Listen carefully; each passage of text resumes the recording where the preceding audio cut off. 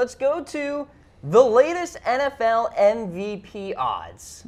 And thanks to our friends at BetDSI, we have the list of folks who just missed the favorite region, if you will. Common theme right there, right? Yeah. Same odds, all quarterback positions there. Of the 5 that are up there to me, the one that kind of jumps out to me, Cam, I think is Big Ben, because I'm kind of surprised he's that low, but Lev Bell and Antonio Brown kind of all lead into it. I'll also throw out a Derek Carr, because if the Raiders have a breakout year like you think they're going to, Derek Carr is going to be right back in the midst of that MVP consideration. It could be one of those Carson Wentz type situations where out of nowhere, oh my God, look at this kind of season this guy is having. So if you want to talk about upside, you want to throw some cash down on BetDSI, I'm looking at Derek Carr and I'm saying to myself, why not? It's not bad, exactly. Why not? All right, let's take a look towards one of the guys that are more likely to be in contention here, Jared Goff included, plus 2,800 odds here. Tom, we're talking about Goff being a member of a team that was #1 in scoring offense last year. My fear is that the Rams in general, because they were just so freaking good last year,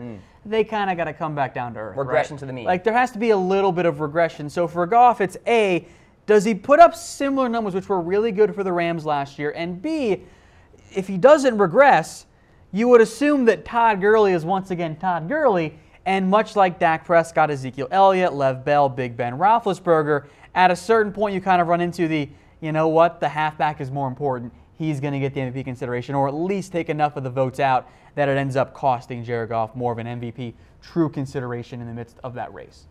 All right, so there he is at plus 2,800. Thank God Jeff Fisher is no longer the Rams head coach. Yes. Because Goff, What a change, huh? Goff would have been a bust. Like, I have zero doubts about that. All right, let's talk about Phillip Rivers here. Same odds as Jared Goff. This is pretty surprising. Well, we'll get to some Super Bowl odds later on in the show. BetDSI's odds do seem to favor the Chargers just a little bit here. They are a popular playoff pick, Cam, as you and I have discussed many a time. My biggest fear for Phillip Rivers and LA overall, the injuries have already started to pile up. So Hunter Henry is gone. They have, as of now, yet to bring back Antonio Gates. Could that result in Rivers, having a bit of a regression year in terms of interceptions? Could those jump back up? I think the yards will still be there. I think the TDs will still be there. Does Melvin Gordon get a bunch of goal line work? So if the Chargers do make a playoff push, I think you'll see Phillip in the mix for the MVP. And I kind of think around, outside the top 10 and below some halfback is about right for him in the end. Yeah, I would agree there. Phillip Rivers plus 2,800. Let's take a look at the next tier here, plus 2,500, Todd Gurley included.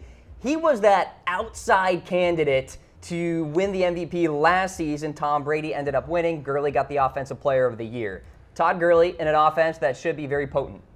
I think that at a certain point, you'd expect Gurley to not put up quite as big of numbers. I think that might have been absolute top of Todd Gurley's statistical production, which is not an insult because that was an incredible year. But if he comes back down by even, let's just say 100 yards and 2 TDs, well, he was worse than last year. How is he going to be in the MVP race? So you can't make the argument. So, and I think the reality of the MVP award is it often goes to a really good player who kind of surprised everybody else with how well he played. And I think Todd Gurley fell into that category. And then, of course, there are your quarterbacks, Rodgers, Brady, and so on, Wilson, that we just know are really good. So I think Gurley will once again be in the mix for the MVP award. I don't think he's going to finish in the top 5 like he did last year. I don't think he'll win offensive MVP. But as long as he's healthy, he's going to put up really good numbers behind what is still a solid Rams offensive line and an offense that was clicking on all cylinders last year.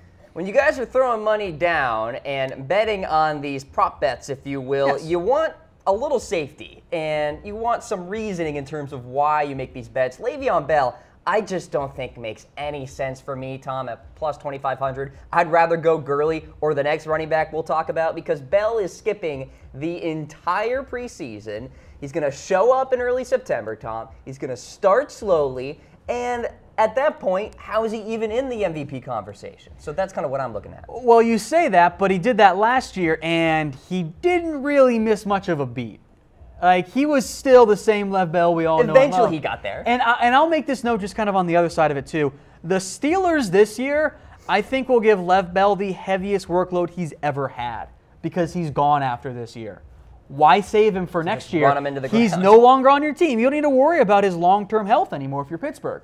You just want to win this year, and the best way to do that is to give the ball to Lev Bell 450 times or 420 times, whatever you want, because he is so productive with the touches. And despite the massive workload, the efficiency hasn't really gone down. Now, I think the injuries are a concern there if that is what Pittsburgh decides to do. And like you mentioned, I think the impact of staying away from the team earlier on in the year could help a bit of a slow start, which is what we kind of saw last year.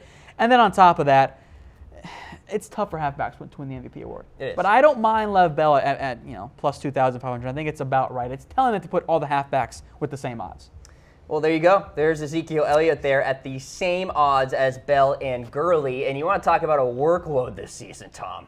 This guy's going to get it. The reality is that Zeke Elliott has led the NFL in rushing yards per game for back-to-back seasons, and he's going to get the ball even more this year. Now, he's in good shape at camp. He's looked really good at training camp for the Cowboys. He is going to get the ball as their first, second, third, and sometimes their fourth option. 3rd and 9, run it with Zeke. Or do a damn screen with Zeke, which they don't do enough of, but that's beside the point. I think you'll see more touches for Zeke Elliott. I think he's literally going to put up about 100 yards per game, which is right in line with what he's done for his NFL career. The receptions, though, have got to go up. They have not been that plentiful. He is a good pass protector. I think if you're the Dallas Cowboys, why would you want to take Zeke Elliott off the field? He can protect the passer, and he can catch. You've seen him on screens make some really damn good plays. He did it against Pittsburgh. He did it against the 49ers. Zeke is a dynamic player through the passing game as well. The Cowboys have to give him the ball more, and I'll tell you what, if the Cowboys make the playoffs this year, it's going to be Zeke, I think, that gets the credit unless he gets hurt, not Dak Prescott. That is why Zeke has better odds than a Dak Prescott. So if you're looking for more of a dark horse pick out to the top 10, I'm putting my money on Zeke here, and I may have already done so at chatsports.com/bet. Yeah, 2,500 there, not too bad, especially when you look at Le'Veon Bell, could start the season slowly, Todd Gurley, regression to the mean. Zeke Elliott's going to get the workload, and not a lot of people are talking about him. And oh, by the way, he's playing 16 regular season games, which is always a good thing there. He's going to get fed this year. Hit us up in this reaction poll, folks. We want to hear from you. All right. Do you think you know more than other NFL fans out there? It's time to be a player, not a talker. Get paid for being a genius when it comes to the NFL. Visit chatsports.com/bet. That's chatsports.com/bet. Go there. Use our exclusive offer to get up to $600 free. That's a 120% deposit bonus, Tom. It's a beautiful thing. Promo code NFL120. It's not really gambling when you're winning, right, Cam? Exactly. Exactly. And that would be the case. Yeah, go there, start winning, and get paid. All right. We thank them for sponsoring the show here today. Let's talk about Deshaun Watson at plus 2,000 odds here into the quarterback realm of things. And I like this number. I like it too because, again, you're barely in the top 10 here, and the Texans go from 4 to 12 to a playoff team. You're going to get that Carson Wentz bump, a young, talented quarterback that exceeded expectations and got a non-playoff team into a playoff team. And by the way, we know how bad Houston is last year without Deshaun Watson. Right. If they win 10 or 11 games this year and Watson puts up those ridiculous touchdowns that he had last year, he's going to be right there in the mix again, Cam. Plain and simple.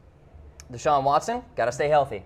Keep that in mind. All right, next name on the list, Kirk Cousins, now a member of the Minnesota Vikings, Mr. $84 million guaranteed. I'm saying no thanks, Tom, because this Vikings team is going to be dang good because of Dalvin Cook and because of that defense. And then Kirk Cousins is just going to manage the game, I feel.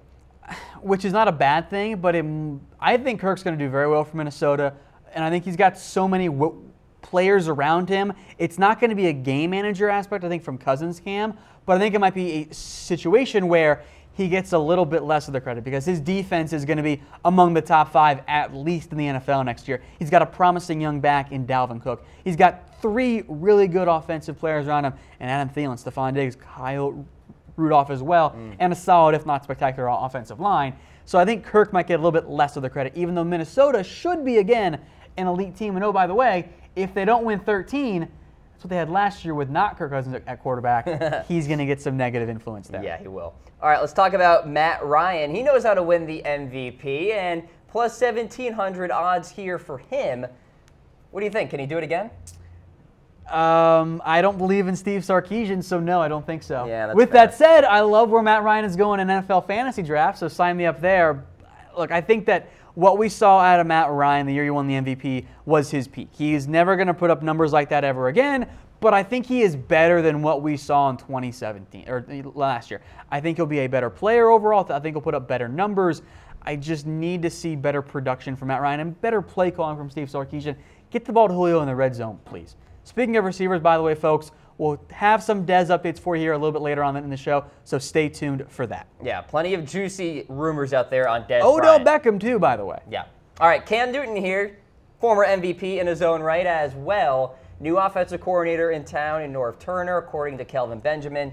Newton shouldn't win the MVP ever again. I'm glad you mentioned that, because what the hell is Kelvin Benjamin doing? I don't know. He needs a PR class. Like, imagine this. All right, you have an MVP at quarterback, and yeah, he's not the most super accurate quarterback ever. He's not going to be a 65% completion guy. But imagine saying, if I had gone anywhere else, if I had gone to play for Aaron Rodgers. Eli Manning. And throwing Eli Manning in the mix, which makes absolutely no sense. And oh, by the way, congratulations, your long-term quarterback is an even less accurate Josh Allen. So congrats, Calvin Benjamin. As for Cam Newton, I love him. He is an incredibly dynamic player. He is not to blame for Benjamin's issues. That's on the receiver. Newton brings you so much as a runner and a passer. If Carolina wins 12, 13 games again, you better believe Newton will be right there in the MVP debate. Matt Ryan has won an MVP. Cam Newton has won an MVP. They have the same odds at plus 1,700. It kind of feels about right in a very tough NFC South. Jimmy Garoppolo has played 7 total games in the National Football League. Is at plus 1,500 to capture the 2018 NFL MVP award. It is staggering. It's the hype. I get it. Odds are hype. Odds are all about the hype. And we'll bring up this weigh-in as well. And I think there's some argument to it. Like, yeah, he was good last year. And 5-0 is 5-0. Let's take the win-loss results into account here. Let's also remember that it's not a good way to judge quarterbacks, and also that there were quite a few mistakes by Jimmy Garoppolo. He is not a finished product yet. Now, I think the upside is definitely there. I do think, though, we're overrating him with such a small sample size, saying, yeah, this guy is in the top 5, tied for 5th in MVP odds. It just seems a little bit high. I'm not putting money down on that. But with that said, if the Niners make the playoffs, he's going to be right there. Because who else is going to get it? Jerick McKinnon? Yep. It's going to be all Jimmy G and all Jimmy G hype. I actually like this guy. It's not going away. I like this guy a lot better at this number. I'm going in this direction rather than Garoppolo. Russell Wilson, and Tom, I can understand the qualms out there with the offensive line and all that, but if people realize what Russell Wilson means to the Seattle Seahawks in so many regards, but of course on the field production, he should be in the MVP discussion if he performs. I think purely in terms of valuable, in terms of what they mean to their team, if how that team played without him, I don't know if there's a more valuable player in the NFL based on the way a roster is built right now. Because if Russell Wilson goes down in Week 1 and the Seahawks play Austin Davis and Alex Mago, who, by the way, has been terrible in camp for Seattle, so hopefully that'll sign Seahawks fans that we need to give him a chance. Not a good player. Russell Wilson, I think, is the most valuable player because I don't know if Seattle wins a single game. That offense, how do they move the football? Right. Like, I don't know. J.D. McKissick was the only guy to score a touchdown that wasn't Russell Wilson last year in terms of throwing the ball or running the football. Russell Wilson is that Seahawks offense. And yeah, they brought in Rashad Penny and signed a washed-up Brandon Marshall. The defense took a big step back. I would like the odds if I didn't think Seattle was going to miss the playoffs. Correct. Because if they make it, Russell Wilson has my vote, plain and simple. Because there is nobody else who would deserve it more in that scenario. Plus 1,500 there for Russell Wilson. Meanwhile, Drew Brees plus 1,100 here.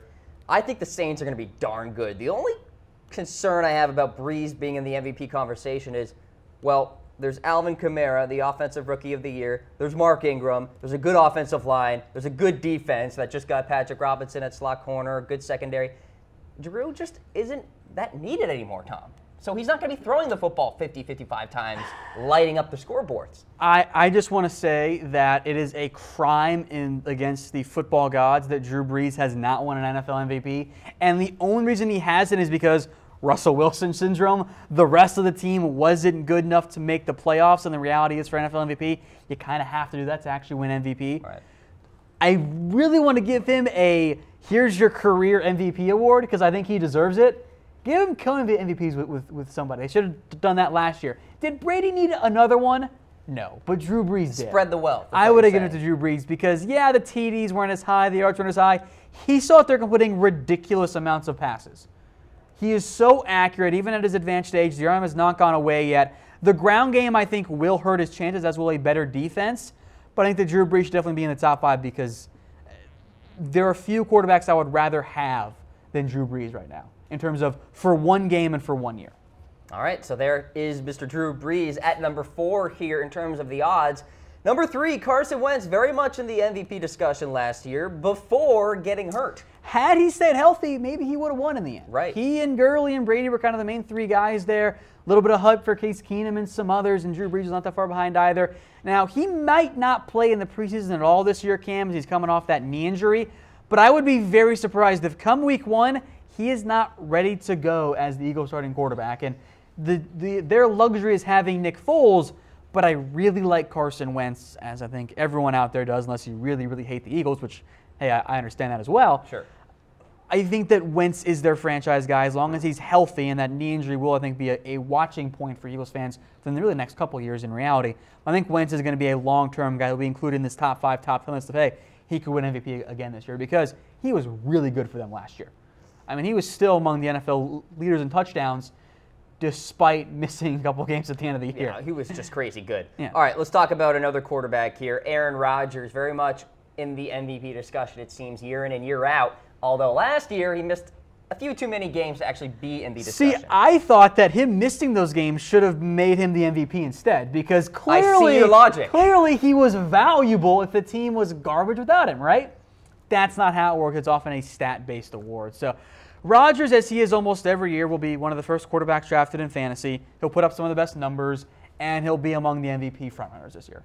And he'll probably get the Packers to the playoffs too because that's just what he does. Ho-hum, right? It's when Rodgers puts up like an average year for, let's just say, a Russell Wilson, it's like, oh, what's wrong with you? He is just one. I think he's the most purely talented quarterback in the NFL. Not the best. I think that's still Tom Brady in terms of overall career, but Rodgers is the most talented. Speaking of Tom, here he is, the favorite, according to BetDSI, to capture the 2018 NFL MVP, plus 350 odds to get it done. Won MVP last year, 2010, 2007 as well. Can he do it yet again? Thomas Brady in his 40s. Well, if the Patriots take a bit of a step back and Brady throws, let's say, 4,030 yards and only 28 TDs, I would assume a Rodgers, a Brees, or a Wentz, even a Wilson or someone we didn't mention in that group there, emerges as your MVP. Outperforms him. And we've seen this time and time again, NBA as well, NFL. The best player doesn't always get MVP. It often goes to someone who kind of overachieved a little bit. So I think Brady will be in the mix there. But as for this question, Cam, I will lean toward Aaron Rodgers as That's your projection? As a bounce back year. Oh, he didn't put up as good. He's back now. Let's give him the MVP again. It should be Drew Brees, though. He deserves one. It's always tough for teams to defend their Super Bowl title. But I think Carson Wentz gets the MVP award. Revenge for that ACL, if you will, comes back the next year, continues to play at a high level. That's my projection there. Hit us up in comments. We want to hear from you guys who will win the 2018 NFL MVP.